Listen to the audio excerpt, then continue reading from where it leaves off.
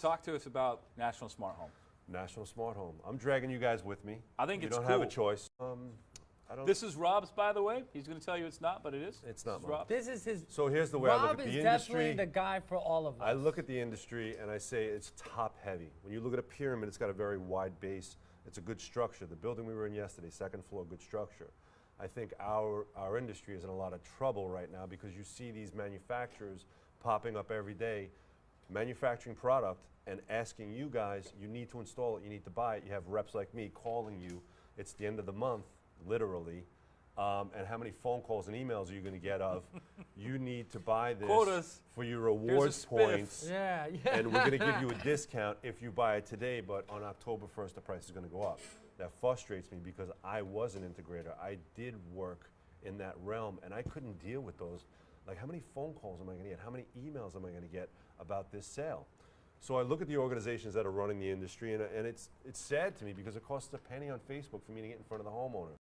So coming into National Smart Home, it says, how could we engage with homeowners because you found it frustrating with the builders, the architects, the designers. I've heard it all. You got to go and get with the interior designers. You have to talk to the architects.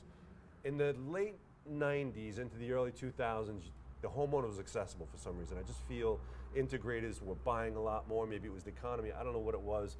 And then mid-2000 to today, you talk to distribution, you talk to integrators, it's go after the builder, go after the architect. Listen, whoever's closest to the homeowner wins. And that's it. And instead of me spending a day calling you, let me figure out a strategy on a Facebook ad that engages with a homeowner, and then I align them with an integrator in the area. And now when the integrator sees my phone number ringing on their phone, it's like, Rob's got something. So I did that as the tech reps. And then I was sitting again and I said, how do I get this to be, let's create a holiday. You hear the Hug a Lizard Day, or it's Teacher Day. National Dog Day. Right, listen, we all know these are silly things, but culture and society, I tell Theo all the time, we're a very pop Hollywood culture. So I said, let me create National Smart Home Day.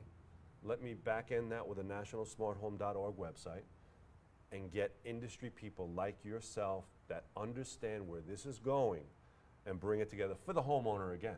Because they are completely lost and have no idea unless they catch a video from you or an insight on Crestron, but it's not a Crestron-driven website. It's not a channel-driven website. It's an Angie's Craigslist house website where the homeowner will not get lost. I'm going to look for a home theater, but then, oh my God, Joanne's hairdresser is here, and Mike's Mechanics is here. And it's just a home for all of us to congregate For tech. and put out there. So. And I think it's a great idea. It's funny. I haven't had a chance, honestly, to look at it too hard until just a few days ago, and I was looking at it. And I was like, you know, this is really, really bright. It makes all kinds of sense. I think about it'll benefit us too, but I think about the dealer that's just getting going, that's struggling to get that first deal. Absolutely. And having basically a national register like that of dealers in your area, and what a great way to get leads. There's a lot to like about it. Even manufacturers, a new manufacturer comes out and puts his stuff on Amazon, it's impossible to find them. You know, if you can come to nationalsmarthome.org and we promote those new manufacturers that we vet and trust in and put them on there, I think it's an easier sell and easier. And not for nothing, most rep firms aren't even going to carry your product unless you have $1 million sales going anyway. So the reality is we have a lot of product out there coming up from from people inside our country that aren't doing $1 million of sales. It's still a good product. Yeah, they're amazing product, but they're just because there are some major players at the top that can eschew the perspective of what everything is. And but at the same time, we do need to support these people, and I think having something like National Home, we can start possibly trying to push more into these products and showcasing them, talking about them, and having a conversation. Well, So, like National Smart Home, National Smart Home. Yeah. which I think is brilliant. I think it's cool. I think it's Same going to be a here. lot of fun. And I think. I'm happy to be a part of I it. think you don't compete. You know, don't compete with the guy in Utah. We got to go to the think tank. Dude, let's go.